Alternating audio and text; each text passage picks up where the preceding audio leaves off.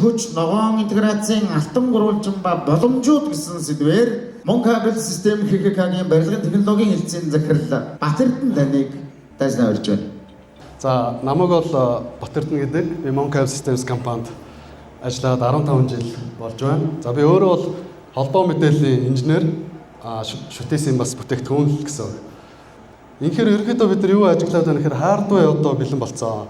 Одоо энэс цаашаа хэдүүлээ яах вэ гэхээр киловатт үйлдвэрлэхээс илүү киловаттаа хизээ ашиглах нь чухал болоод байна гэсэн.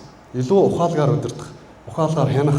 За тэрэн дээр мэдээж нэг танд AI ч гэдэг юм уу, систем одоо туслах, анхааруулах яг энэ 90 үе дээр ирчээд байна гэсэн. За одоо яг жишээ аваад ингээ харахаар хуучин ч одоо машин бол илүү хөдөлгүүр, загвар югаар өрсөлж исэн бол одоо яг энэ технологиор өрсөлдөг болсон. Тэд зүгээр машин биш ингэ технологи бүтээж байгаа байхгүй.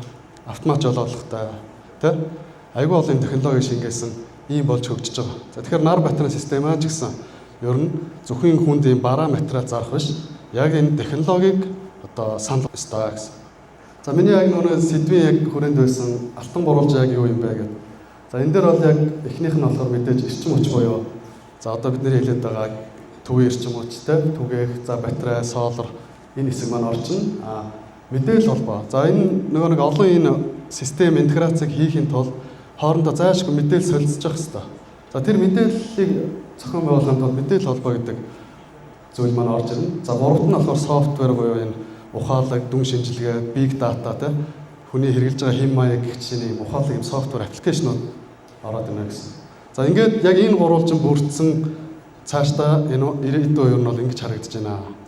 За одоо энэ жишээ зурган дээр энерги менежмент системийг ер нь яаж хийж байна вэ? Ерөнхийдөө одоо бүхэл нарны батарей систем дээр бол энерги менежмент систем байдаг.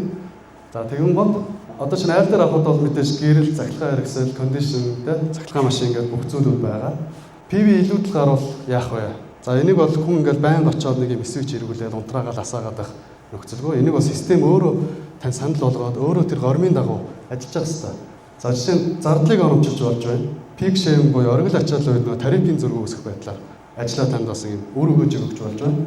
За тэгээд хэрэглээг нь одоо та ингээд шилжүүлээч.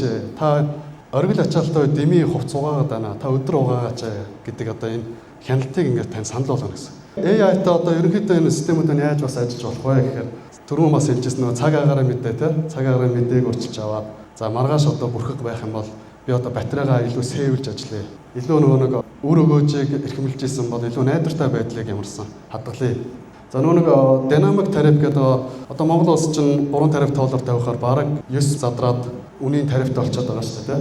Тэгэн бол тэр тарифын дээр бас тоглолт хийх боломж гараад ирж байгаа. За self learning буюу одоо яг нөгөө хүн бас нэг сар 2 сарын хугацаанд системээ хэрэглээд ямар хэв шинжтэй тэрийг суралцаж одоо яг тэрэнд бэлэн болж ажилладаг болж байна гэсэн.